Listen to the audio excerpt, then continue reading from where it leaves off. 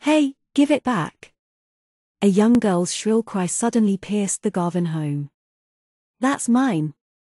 Little Tammy Lou Garvin stood defiantly in the upstairs hallway, blocking the path of her dancing and teasing devilish imp of a brother. Her little hands, curled into tight fists, were pressed firmly against her hips and her feet were spread apart and locked straight. Her head was flung back and her blonde curly hair bunched against the crisp lace of her pretty pink party dress as she looked up into the face that hovered tauntingly about a foot or so higher than her own. Teddy Benjamin Garvin. You give Sally back right this instant. Each word of Tammy Lou's firm command was accompanied by an equally firm stomp of her little buckle party shoe. This made her lace-trimmed ankle socks and starched petticoats shiver and shake, accentuating her bow legs and knobby knees which were annoying encased in shiny white tights, causing her older brother Teddy to burst into renewed fits of laughter. He dangled a large, porcelain doll above his little sister's head and made a mocking face by sticking out his tongue and screwing up his cheeks and mouth. The sight of her precious Sally dress-up doll, hanging precariously by her silken golden hair from her stinky brother's dirty fingers, made Tammy Lou grasp and clutch uselessly at the air. This made her frilly, short party dress and the matching pink satin ribbons in her hair bounce about even harder. Teddy reveled in the act of having his little sister at his mercy. He enjoyed making her look completely ridiculous in her disgustingly sweet fancy clothes. And the fact that she was dressed almost identical to her precious Sally's stupid doll made him cringe in rage. Why did his parents let her act so dumb all the time? It was just so damn irritating. That was probably one of the main reasons that he couldn't leave Tammy Lou alone for more than a few seconds of the day. She was his best target for unbridled teasing. For Teddy, it was the most wonderful thing in the world. Teddy! Tammy Lou's voice was beginning to tremble and whine, and Teddy could tell that she was on the verge of tears. A final, weak stomp told him that he had almost won again. A few more seconds and she would go running off crying to her room. Theodore?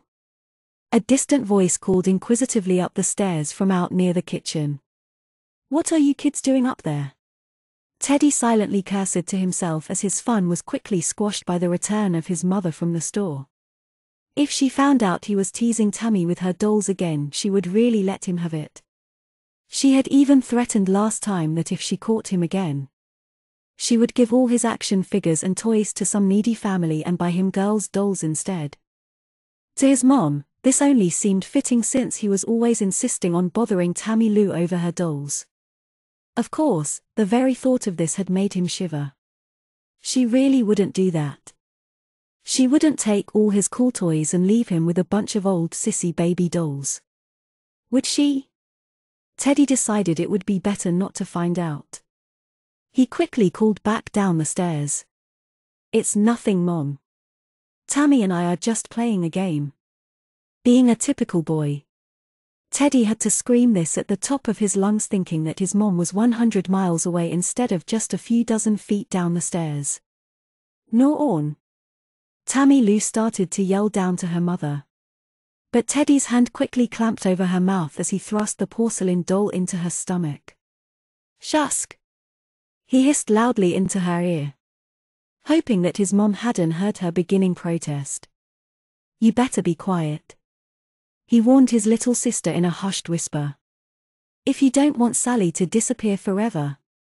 Tammy Lou's eyes grew wide with worry and she clenched her teeth together. She had her Sally back and that was all she really cared about for the time being. In an instant, she stuck her tongue out at her big brother and then went clamping down the hall and into her room, her hard sole shoes clacking loudly on the hardwood floors of the old house. Teddy just stood there and watched her beat a hasty retreat. He knew he had to make sure that his mom wasn't too suspicious. There was a moment of silence. Theodore Benjamin Garvin, you better not be taking Tammy Lou's dolls again. The completeness of his name and the sound of his mother's voice made Teddy make a mental note to be more careful next time. Tammy might call him by all three of his names, but she always used his nickname first. Theodore was reserved for his mother. God, he hated that name. It reminded him of a fat, dweeby chipmunk from a Saturday morning cartoon. I'm not, Mom. He yelled back down. Careful not to sound too sassy. But not too guilty at the same time. He waited again, more than a little worried. You better not be, young man. This was the final admonition that Teddy had been waiting for. It meant that his mom was suspicious, but really couldn't be sure. Since she wasn't the type of mom to fly off the handle half-cocked, that meant he was okay. This time. Teddy ground his teeth and stalked back to his own room. He would get Tammy for almost getting him in trouble. Her and her big mouth. Making all that noise over some stupid doll. Boy, would she get hers. You just wait. He would come up with something. He didn't know what, but it would be something good. Something better than just tying Sally up to be a prisoner for his Indians or hanging her by a noose for his lynch mob. No, it would be something far worse. Something final. With a nasty grin, Teddy settled down into his room to play with his knights and castle. It wasn't long before he was immersed in a battle of good versus evil. The forces of good were being led by the heroic Prince Ted, who sought to defeat his grandmother the Queen and his horrible half-sister Muggleface and her evil hordes of dastardly minions. Soon, Teddy had forgotten all about Tammy Lou and her silly dolls.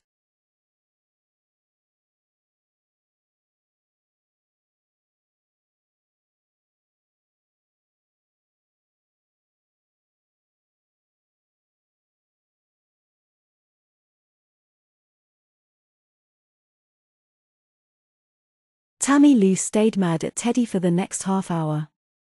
He had ruined her tea party by taking her most beloved guest and friend hostage. He had pulled Sally's hair and gave her a frightful scare. He was such a big, fat, meanie, ugly head. She wished that he would just go away and then she could be an only child. She knew that she could be quite happy with only her dolls to keep her company. After all, her dolls talked to her and never were mean. They made the best friends. Not like her nasty, Olay brother. But, like Teddy, Tammy couldn't stay mad for long. She never let her mind dwell on any one thing for too long. That would be a waste of good playtime. She had other, more important things to do anyway. Like playing with her favorite doll in the whole wide world. The most special doll that there ever was. She had the one and only Sally dress up. At least, that was what Grandma had told her. Tammy Lou's grandmother had given Sally to Tammy Lou one day while they were spending the weekend at her house in the country. It was only really about 5 miles away, but Tammy Lou and Teddy didn't go there that often. Tammy couldn't figure out why. Except that Teddy didn't get along well with Grandma and her mom, and Grandma were always arguing about how Teddy behaved. It seemed that Grandma felt that Teddy needed a good firm hand to keep him in line. That, or a good hard hairbrush across his backside.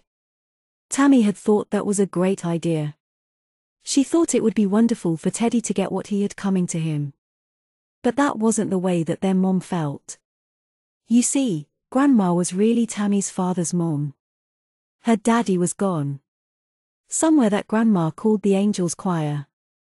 And her mom didn't get along with Grandma as well as Daddy did. Mom didn't believe in spanking or hitting kids. It was one of many things where she and Grandma Garvin disagreed. Personally, Tammy Lou sided with Grandma. She hardly ever did anything to even get yelled at for. Let alone warrant any serious punishment. Teddy on the other hand was just plain bad at times. Being a very mature 9.5-year-old. Tammy Lou felt that Teddy could use a good dose of old-fashioned discipline. Her maternal instinct told her. That was what her mom would call it. And Tammy was certain that she would make a terrific mommy one day herself. The thing that made Tammy Lou's doll so special was that it was the same doll that Grandma Garvin had when she was a little girl. Even better, Grandma had made hundreds of little outfits for Sally as she grew up and after she gave Sally to her only granddaughter. She continued to make new clothes that were more current and fashionable. Sally even had ballerina and exercise clothes. In fact, Tammy insisted that her mom get her an outfit to match every new thing that Sally got. That way they could play dress up together and have even more fun. In no time, Tammy Lou was busy dressing up Sally and changing her clothes to match. That afternoon, they decided to be nurses and Tammy spent the rest of the day taking care of all her sick doll and stuffed animal patients. The fight with Teddy was forgotten. Teddy waited just behind his cracked bedroom door and watched as Tammy Lou finished brushing her teeth for bed. She still clutched her stupid doll in one of her hands while she busily foamed up her mouth with the toothbrush in her other hand. The dumb Olay doll was dressed in an identical dancing Christmas bear nightgown with matching lace around the neck, cuffs and knee-length hem. Tammy Lou always insisted that Grandma make her exact real-size duplicates of the clothes that she was always sewing for Tammy's doll. Everything had to be exact down to the last detail, and if Grandma couldn't make the larger size clothing, which was extremely rare, then Tammy would insist that their mom go out and find the same clothes in a store in the city. Teddy ground his teeth as his anger returned to full force. Tammy Lou was such a spoiled little brat. She always got exactly what she wanted. Everyone was always doting on her hand and foot. It was always, "Oh, look at how pretty Tammy Lou looks in her little pretty girl's clothes." Or, "Oh, look at how cute Tammy Lou looks with her little matching doll." It was so double damn irritating. But that wasn't what bothered Teddy the most. The worst part was that old witchy Grandma Garvin would also make Teddy clothes too. And she usually used the same material that Tammy Lou's clothes were made of. Teddy plucked absent-mindedly at his own nightshirt. It was identical to Tammy Lou's, only without the lace. It was so humiliating. An almost grown boy having to wear a girly nightshirt like his little sister. Unfortunately, his mother was also a very practical woman, and she felt that if Grandma was kind enough to send something, that Teddy should be respectful enough to wear it. Besides, she would say, all the boys wore nightshirts when Grandma Garvin was a girl, and that is what she is used to. You just have to humor Grandma. Well, Teddy didn't think anything about Grandma was humorous. He dreaded any time a package arrived from Grandma or whenever they had to visit her. He made triple sure that he complained enough that his mom rarely felt like putting up with the hassle. So, to Teddy's good fortune, they usually only had to suffer through a visit to Grandma's only a few times a year. Then again, it wasn't just the clothes that Grandma sent and he was forced to wear. With that thought, Teddy tugged at the bottom of his nightshirt, trying to make the hemline lower. It seemed that Grandma hadn't made it to fit exactly right, and she hadn't sent any new pajamas for a little while. His nightshirt had a habit of riding up to his upper thighs, constantly threatening to suddenly show off his underwear underneath. Of course, Tammy Lou didn't mind such a display. She was too young to really care about such things. Teddy, on the other hand, was a growing man. And he found it very embarrassing to think that his mom or little sister might catch a glimpse of his briefs. Now, if his mom would just let him wear boxers, then it wouldn't be so bad. Boxers were remarkably like shorts and much more functional than briefs. At least Teddy didn't think he would feel as self-conscious in boxers. It just wasn't right. He tugged again, but the hem didn't stay any lower. No, it wasn't just the clothes. It was everything about the way Tammy Lou was treated that set him off. Everything was always about Tammy Lou. What does Tammy Lou want to do? Teddy, play nice with Tammy Lou. Oh, Teddy, you can do this or that with Tammy Lou, stop being such a baby. Constantly, it was Tammy Lou, Tammy Lou, Tammy Lou. It drove him batty. Wednesdays, for example. Teddy wanted to play baseball after school with all his friends. But instead, he had to go to a stupid dance class with Tammy Lou. Not that certain dance classes wouldn't be cool. Hip-hop jazz classes wouldn't be too bad. They even had one that taught boys, and boys only, how to dance just like the popular boy bands currently topping the charts. But this wasn't just any old dance class. It wasn't anything cool like jazz, or even tap. It was a ballet class, complete with tutus and giggling little girls. Little girls who seemed to find it particularly funny to see Teddy in a pair of tights too. It didn't help any that he was the only boy in the class. Luckily, none of his friends had found out about it yet, and Tammy Lou wasn't old enough to know that she could blackmail him with it. At least, she wasn't old enough yet. Teddy shivered at the thought. The way Teddy saw it, everything was Tammy Lou's fault. He was certain that his mom had really secretly wished that he had been a girl. That was probably why she had decided to have Tammy Lou in the first place. Because she didn't get her daughter the first time. That was probably why she always made Teddy do stupid stuff with Tammy Lou since practically the day she was born. It was all Tammy Lou's fault. Everything. And now she was going to pay. Her and that dumb old doll of hers. Teddy watched as his unknowing victim put her toothbrush back into the cup holder above the sink and daintily wiped her mouth on a bath towel. She might have her little Sally dress-up dolly with her now, he thought to himself. But she would have to let go of her sometimes. Teddy didn't dare actually risk a nighttime raid into Tammy Lou's bedroom. It wouldn't go well if he got caught. No, Teddy decided that it would be better to just watch and wait for the perfect opportunity to come along by itself. At that moment, Teddy heard his mother's footsteps on the stairs, so he quickly and quietly slipped his door shut the rest of the way and jumped into bed. He just managed to rearrange the hem of his nightshirt back to its proper place and pull the covers up to his chin when the door to his bedroom swung open without warning. His mom walked in as usual to say goodnight and tuck him in. It didn't matter how many times he told her that he was too big to be tucked in or too old for sissy bedtime kisses. She still insisted on humiliating him every night. And the fact that she never knocked or gave him any privacy smoothed the icing on the cake for Teddy. It was obvious to him that his mother could never understand the needs of a young man. And it didn't do any good explaining it to her either. Teddy suffered the indignity of his mother's nighttime routine with only a few weak-hearted "Oh, Mom-s," and settled into daydream about how he would extract revenge on Tammy Lou and her silly Sally stupid doll. A smile was the only thing to let on to his secret musings as he drifted off to sleep. That night he dreamed of Sally dress-up having a dreadful accident involving a fire, a bicycle, deep water, and a large, hungry werewolf. Needless to say, Teddy had a very enjoyable, peaceful good night's rest.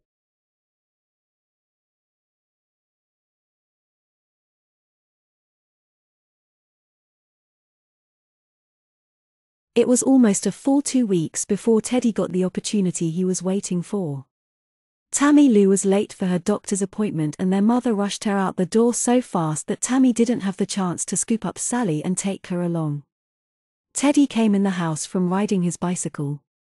And after taking a quick drink directly from the milk cartoon, something that he only did when he knew no one was around, he was in the process of dashing upstairs to his room when something caught his attention from the corner of his eye.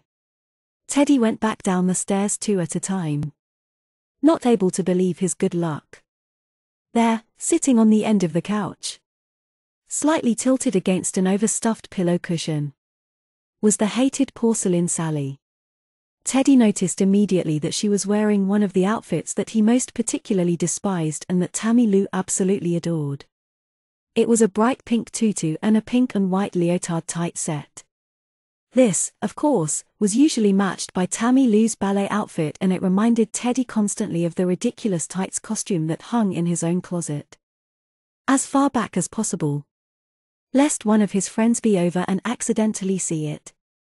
All of Teddy's anger and frustration at that moment focused on Sally. In that instant, he was overcome by an overwhelming sense of rage. All the little moments of embarrassment and humiliation that he imagined that he had suffered at the hands of his mother were all transferred to Tammy and Sally. They were responsible. They were to blame. Everything was their fault. The very sight of the doll, laying there in her mocking little costume, made Teddy lose all control and sense of good judgment. All that mattered was that he was alone with Sally and something bad was about to happen. Suddenly, Teddy's anger and rage was transformed into uncontrollable happiness. He was alone. Alone with the doll. This was his chance. He glanced quickly at the clock. It was 2:45 p.m. Providing for a 30-minute appointment. At least 10 minutes waiting to be seen. And another 15 minutes to drive home. Teddy figured that he had about half an hour to work his evil plans. Whatever they might be. Teddy wasn't exactly sure what he should do.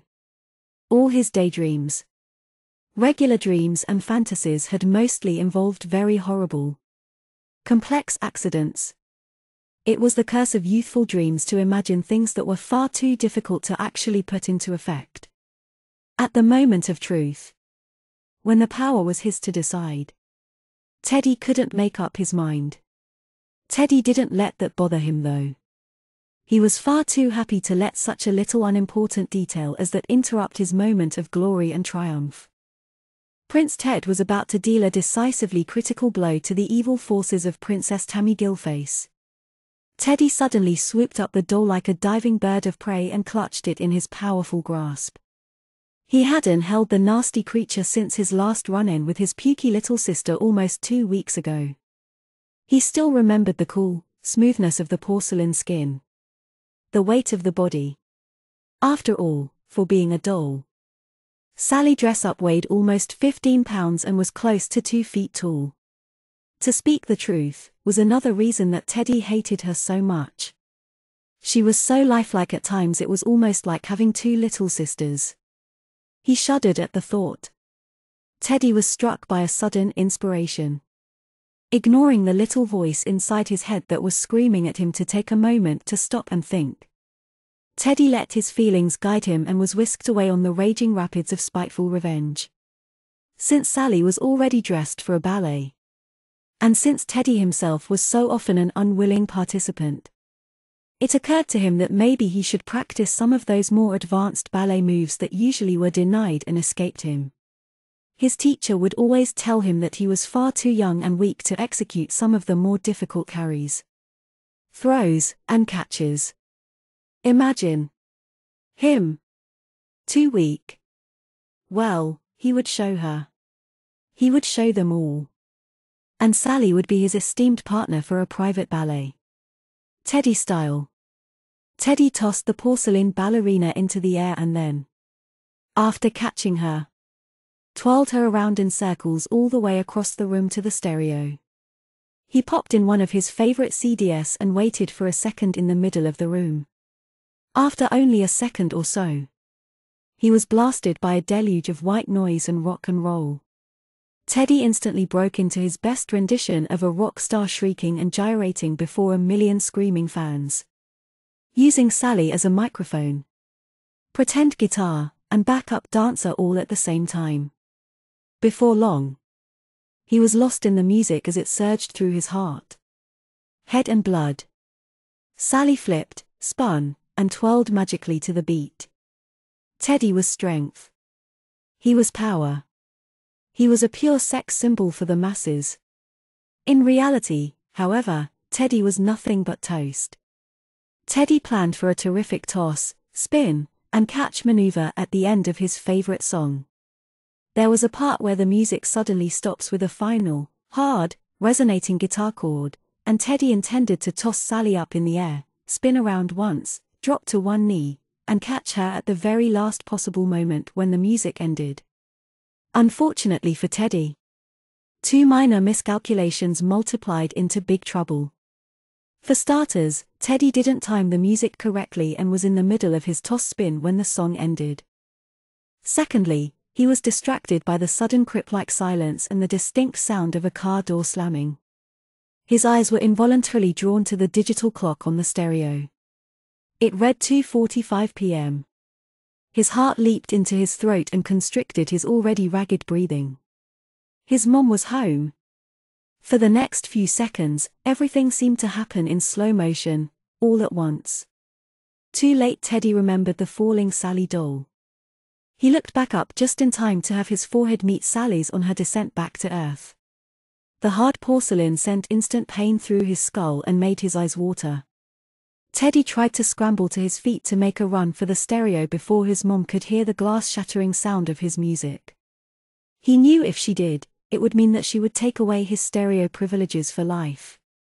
At the same time, he tried to catch Sally as she careened off his head. Unfortunately for Teddy, his luck wasn't as good as usual. He did manage to reach the stereo remote control power button before the next song came on. But in the process, he knocked over a standing lamp. Also, his juggling of Sally proved to be fruitless as she bounced off the fingertips of his right hand for the third time. And the falling lamp brushed past his outreached left hand. The end result was that Teddy was left standing in the middle of the living room floor, dripping with sweat, both arms outstretched, chest heaving and gasping for breath, as the porcelain doll and ceramic lamp met identical fates on opposite sides of him. For a moment, Teddy's entire world was suspended in time as the shock of what had just happened spread from just a ghastly expression of total surprise to the painful clarity of total understanding. His head turned from broken mess to broken mess, uncertain which way to go. The sounds of his mother's and sister's steps on the gravel walk told his churning mind that he didn't have time to clean up both accidents. That meant that he was in deep trouble. No matter how many times his brain calculated the potential outcomes from the discovery of either accident, the end result was the same. He was dead meat. To Teddy, however, one thing was perfectly clear. A broken lamp would certainly get him in trouble with his mom, and would probably even get him grounded for playing so carelessly in the house.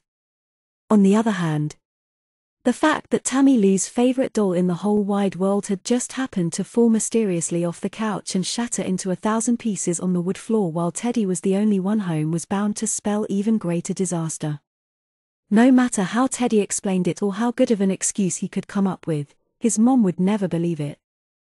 There had been too many times that he had been warned about fooling around with Tammy Lou's dolls. If he didn't act fast, his own toys would be leaving on the next train to Needy Kids Village. Teddy did the only thing he could think of on the spur of the moment. As his mom and sister made their final landing approach to the front door, Teddy quickly brushed all the broken pieces of Sally under the couch and straightened the hem of the throw skirt. He was just rising from the floor when his mom came through the door. Immediately, her eyes went from the guilty look on her son's face to the busted lamp on the floor. "Theodore Benjamin Garvin, what in the world have you been doing?" His mom's voice was authoritative but only laced with a small amount of anger. Good old mom, not one to jump immediately to conclusions. Give him the benefit of the doubt and let the anger build slowly and fester while he swung to the end of his rope. Then, when he had buried himself sufficiently and her inner suspicions were confirmed, the anger would swell and jerk the noose closed. It isn't any wonder that Teddy opted for silence to his mom's initial rhetorical question. "What happened to my lamp, Theodore?" The shortening of his name indicated to Teddy that it was time to start swinging. Maybe a quick-thinking story would lengthen his rope. He only half feigned a shocked look at his mother and then at the lamp as if to mentally say, "What? That lamp over there? The one that is busted? Well, I'm waiting for an explanation, young man. That lamp certainly didn't just fall over by itself, did it?" Tammy Lou stood behind her mother and smirked at Teddy. She was secretly enjoying his discomfort and hoping that the hammer of mom would soon fall on her bratty brother. Teddy leapt to a well-versed, time-stalling technique. "I don't know, Mom." To punctuate his assertion, Teddy offered a small shrug and a slight cocking of his head. "What do you mean you don't know? You were the only one home. The lamp wasn't broken when Tammy and I left. Don't tell me that someone else came in just to break my living room lamp." The sarcasm wasn't hard for Teddy to detect. Mom had played the old unknown entity to blame called I don't know and his brother, not me. Fortunately, Teddy quickly recovered. "I mean, it was an accident," Teddy countered. "I don't know how it happened, Mom, honest." I think I tripped over the corner of the couch and bumped it by mistake. He paused long enough to throw on his hurt little boy pout that usually helped to melt his mom. I tried to catch it before it fell, Mom. I just couldn't. I'm sorry.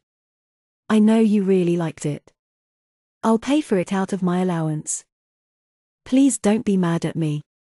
Much to Teddy's delight and Tammy Lou's disappointment, their mom fell for the entire pitch.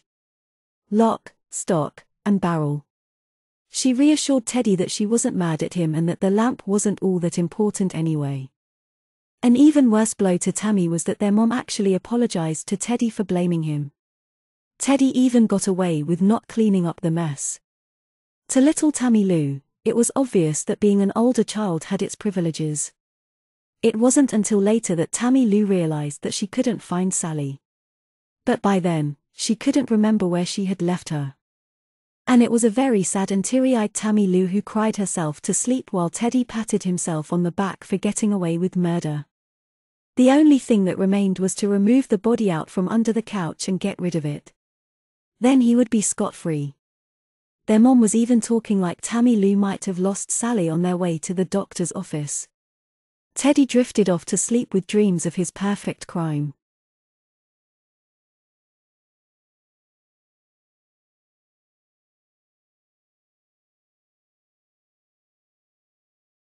Teddy awoke from a horrible nightmare. This nightmare was one in which his mother had found out about what he had done to Sally and Porcelain. In this nightmare, police had come to take him to Porcelain Prison. Once there, he was surrounded by hundreds of broken toy dolls that crept closer and closer to him whenever he wasn't looking at them. He had been trapped in a slowly tightening circle. The horrible faces kept staring blankly at him with eyes that burned with hatred and a thirst for revenge. It was the living hell for bad brothers who broke their sisters' dolls, and Teddy didn't like it. When he awoke, Teddy sat up straight in bed, covered in sweat. He knew immediately that he had to clean up all trace of what had happened. But he wasn't sure how. It was still early. So Teddy decided that he might be able to sneak down into the living room and dispose of the body before anyone else got up. Being Saturday, he was certain that his mother and sister would sleep in. Teddy didn't want to raise any suspicions by making his sister think that he had gotten up extra early that morning. If he got caught downstairs or going back upstairs, he definitely didn't want anyone to know just how long he had been awake. Normally, he would immediately change into his regular clothes for the day. He never went out of his room in his pajamas or nightclothes unless he absolutely had to. Usually, that meant his mother made him. The less anyone saw him in his ridiculous short nightshirt, the better. That morning, Teddy didn't get dressed right away. Instead, he very quietly crept out of his room and down the hallway to the top of the stairs. He hoped that he could do his dirty work and get back into bed before anyone else woke up. His bare legs and feet made no sound as he cautiously descended the stairs. He was careful to place his feet as close to the banister and wall as possible, since he had found from experience that this was the most sturdy part of each stair and made the least noise. Even with that extra precaution, there was an occasional shriek of protest from the wood of the staircase. Teddy cringed and paused with each creak.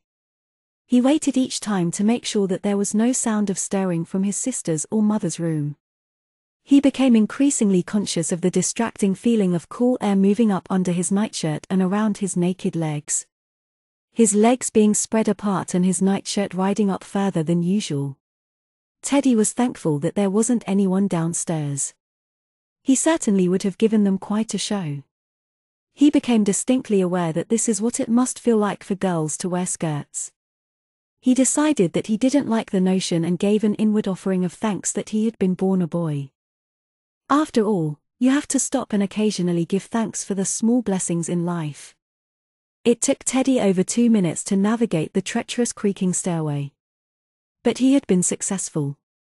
No one had been alerted by his passage. Excellent. It wouldn't take him long to complete his task and be back in bed. Then he would be home free. Teddy moved quickly into the living room and over to the couch. He knelt down on both knees and lifted the throw skirt.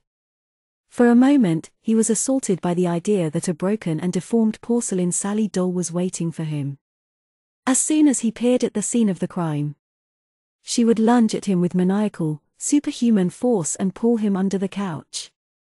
If they were lucky, they might find his tattered nightshirt as the only proof of what had taken place. The mental picture made Teddy pause for a second and take a deep breath. He cursed himself for being such a wimp and clenched the hem of the throw into a twisted knot. Steeling himself, he took a quick look under the dark couch, half ready to fight, and half ready to run. He wasn't really that scared of a little doll, because he was so much bigger and stronger.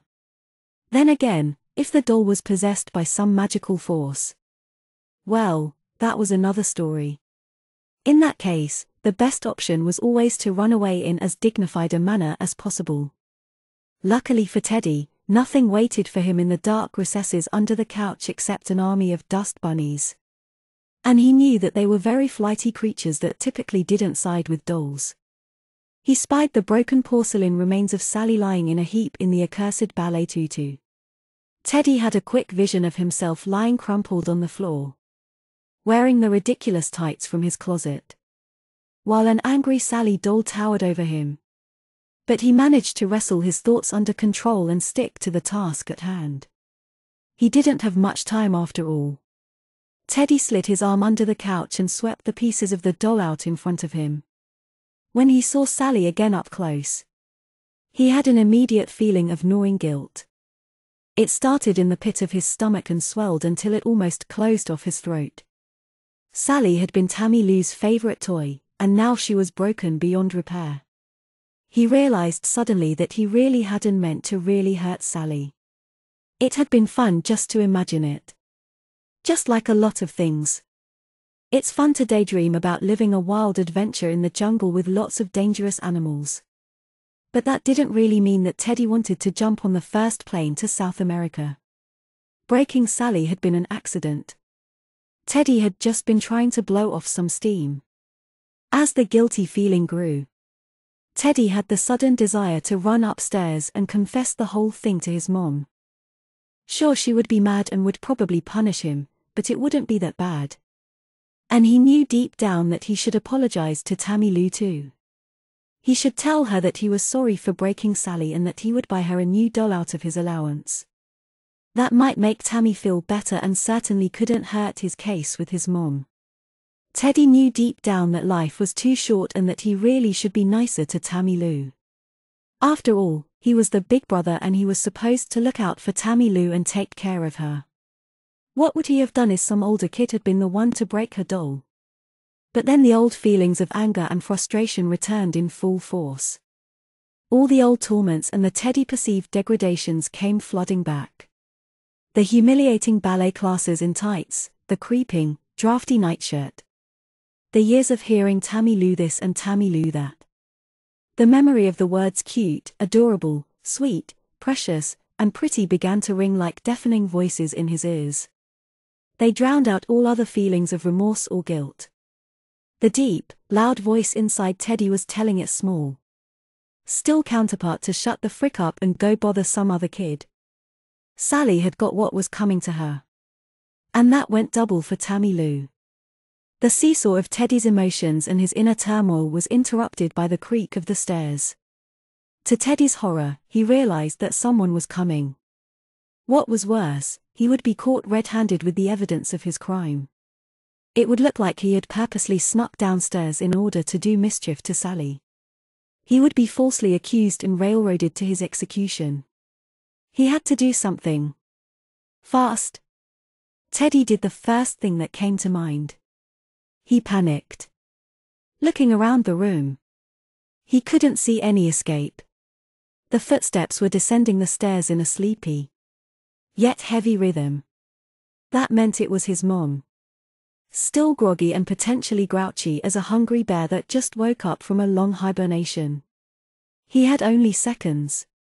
She would be in sight at any moment. What could he do? He kept asking himself. What? A desperate notion hit Teddy, and without fully examining all aspects of the idea, he acted, lifting one of the cushions of the couch with his left hand. He quickly tossed the remains of Tammy Lou's precious Sally doll as far back toward the recesses of the couch as possible. He just had time to settle the cushion back into its proper place, then drop flat to the floor on his belly as his mom came lurching around the corner, her hair standing up in all directions. She was busy rubbing the remaining traces of sleep from her bloodshot eyes. And therefore, she failed to notice Teddy's prostrate form on the living room floor. Teddy held his breath for a moment as he watched his mom's retreating back into the kitchen, desperately struggling to keep from reaching back to adjust the hem of his short nightshirt. He realized he was beginning to sweat as he watched his mother disappear around the kitchen corner. He scrambled to his feet and scampered for the stairs.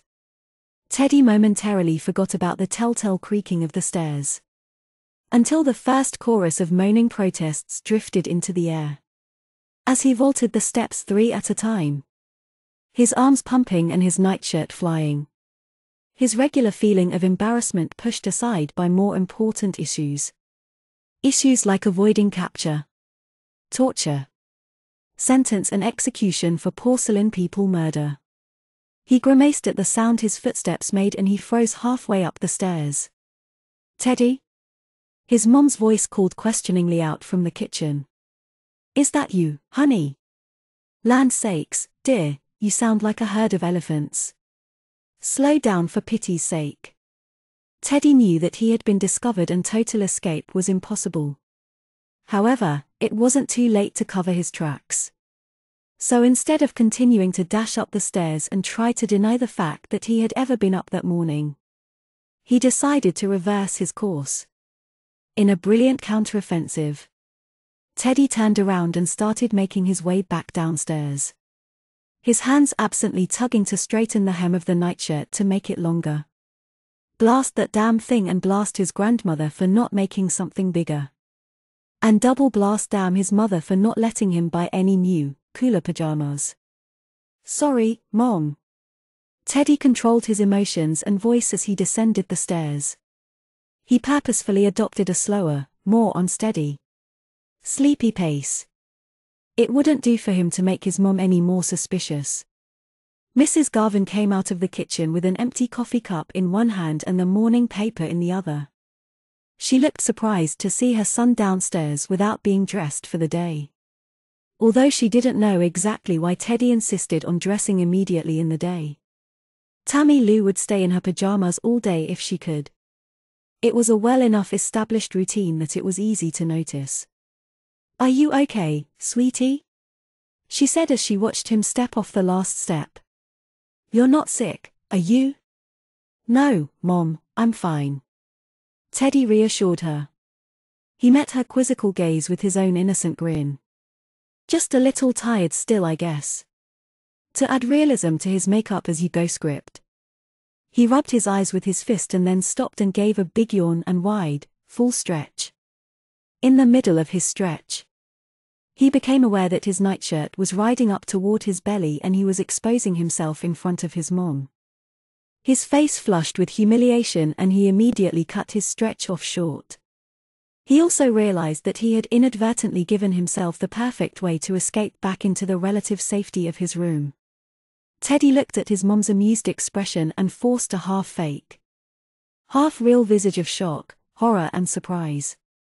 He purposefully tried to make it look like he had just forgotten to get dressed that morning and he didn't realize it until right then. To play his role to the max, Teddy quickly averted his eyes to look down at his nightshirt. Sure enough, little bits of his underwear were still peeking out from under the hem. His hands grasped the accursed short garment and tugged it lower for the 10th time that morning. At the same time, he spun around and vaulted back up the stairs. He tossed an embarrassed look back over his shoulder before he was out of sight and saw his mother smiling and shaking her head. Only then did his heart begin to slow down and beat at a normal rate. His ruse had been a success. His mom had bought his performance with nary a question. He was home free. Teddy fell onto his bed, back in his room, and let out a deep breath of relief. Now, if everything would just go as planned. He would escape all possibility of blame. Or, at least, there would be no way of pinning the crime directly to him. And after all, that was all that really mattered. Sally was gone and Teddy was going to get away with the crime of the century. Besides, Teddy pondered to himself as he hurriedly dressed into his jeans and pullover jersey. Even if his mom or sister did suspect anything, there wasn't anything they could do. Sally would still be broken and nothing his mom could do to him would come close to taking away the joy he felt at Sally's demise. Even if he lost all his own toys. Which wouldn't happen because he had been too smart. But even if he did, it would have been worth it. All the feelings of guilt and remorse were gone. Teddy was happy it had happened.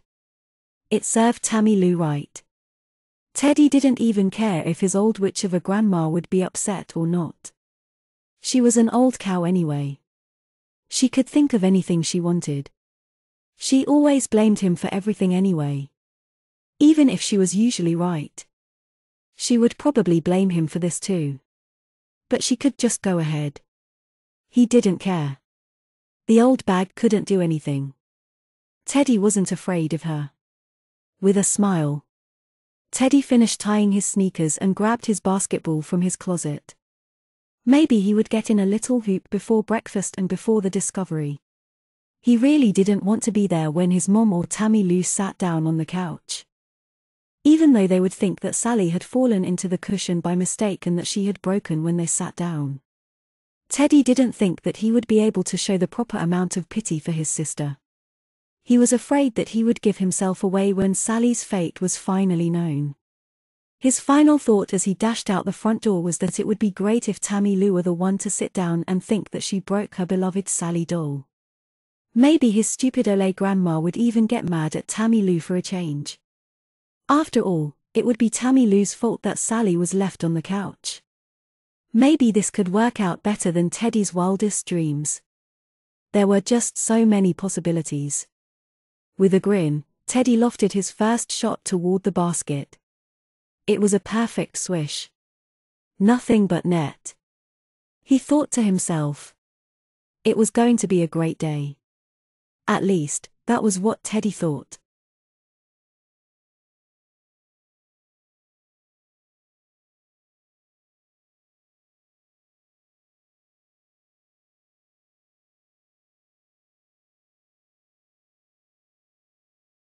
Teddy's quickly formulated plan had worked better than he could have hoped.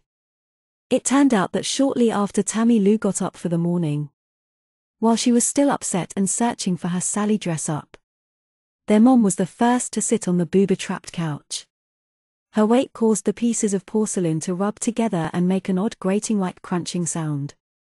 When she lifted the cushion to investigate, her curious expression immediately transformed to one of horror. Teddy knew that his mom immediately concluded exactly what he had wanted her to think upon the discovery. She thought that she was the one responsible for breaking Tammy Lou's treasure. Needless to say, she was a little upset. Tammy Lou on the other hand was far more than a little upset. Even though her mom tried very hard to break the bad news to her as gently as possible, here really was no easy way to tell someone that a dear loved one is gone. Tammy Lou considered Sally to be as real as any of her other friends. In fact, Sally had been Tammy Lou's best friend. Tammy Lou took Sally's accident very hard. She spent the rest of the day sobbing and crying in her room, alone. She wouldn't eat. She wouldn't go downstairs. She even exploded with rage and screamed at her mom when it was suggested that they go out to try and find a special replacement for Sally. Tammy Lou was so pitiful that Teddy even began to feel a little bit of sorrow and remorse for what he had done. However, that lasted only about 10 minutes after their grandmother arrived. Their mother had been so worried about Tammy Lou that she had called her mother-in-law. She asked if there was anything she could think of that would help. Grandma Garvin had immediately gotten one of her neighbor friends to give her a ride to their house so she could help comfort Tammy Lou. After her arrival a short time after the call, Teddy quickly became tired of the attention that poor little Tammy Lou was getting over the loss of her stupid, good-for-nothing doll. He had a difficult time hiding his disgust and contempt. In the end, Tammy Lou had insisted that they bury Sally in the backyard, near her mom's petunias. Through her persistence, Teddy even had to attend the funeral service. Not only did he have to attend, but he had to get dressed in his Sunday best suit. Complete with scratchy collar, choking tie and pinching shoes. Since they hadn't gone to church since his dad died. His Sunday suit was old and didn't fit right. Worse still, it had been another one of Grandma Garvin's special creations. She had insisted that little boys were supposed to wear short pantsuits. Although the shorts and jacket had been big when he was Tammy Lou's age, now they were far too tight. The shorts dug into his waist and upper thighs. Even worse, they were apparently modeled after little boy shorts because they had no fly and had an elastic waistband. Teddy couldn't remember that last time he had worn dress pants without a fly. The jacket sleeves of his suit rose a good 2 inches above his wrist. But the ultimate insult was that the suit was made of blue velvet. In Bejesus' name, what boy wore velvet anything? Teddy had the distinct feeling that if he stretched his back and flexed his arms like the Incredible Hulk, his jacket would immediately burst open at every seam. And while that prospect was both cool and awesome at the same time, the fact that the legs of his short pants were now only a little more than crotch length, and that the openings were so small that he couldn't even fit his little finger between his skin and the hem, overshadowed any feelings of power and strength that Teddy could have enjoyed. Instead, it was like he was being attacked by a blue velvet boa constrictor. Teddy was absolutely fuming by the time the funeral was over. He knew that if he didn't get away quick, he would explode with anger and confess everything to try to make them all see just how dumb they were being. That no matter what ridiculous clothes they dressed him in, it wouldn't change the fact that he was a young Hercules, and destroying Sally had been one of his tasks to perform. Only he was sure they wouldn't see things as he did. Overall, however, everything went pretty smoothly. Teddy wasn't implicated in even the slightest way. No one even questioned if Sally's accident had been something other than an accident. Not even Tammy Lou, in her reason-altering grief, tried to accuse Teddy. The only close call came from Grandma Garvin. Grandma Garvin had been watching Teddy from the minute she walked in the house. Her accusing eyes followed him wherever he went. He could feel her hard stare and unreadable face burning into his soul, searching out the truth, threatening to expose him and his secret. As a counterattack, Teddy just tried to stay away from her. He even tried being nice to her in an attempt to avoid any confrontation. His mother thought that he was just more reserved considering what had happened. Grandma Garvin looked like she knew better. Teddy had done a pretty good job of avoiding his grandma during the day, and things were going well, until she managed to corner him in his room after the mockery of a funeral. Teddy had slipped off as soon as the final prayer was over and he had dashed up to his room to pry himself out of his hated suit. He even purposefully messed up his hair with his hands, destroying the perfectly styled, carefully combed part that his mother always insisted on putting in his hair whenever they got dressed up. Satisfied that he looked casually rumpled and windblown, he was practically tearing off his clothes when his grandma walked into his room without knocking.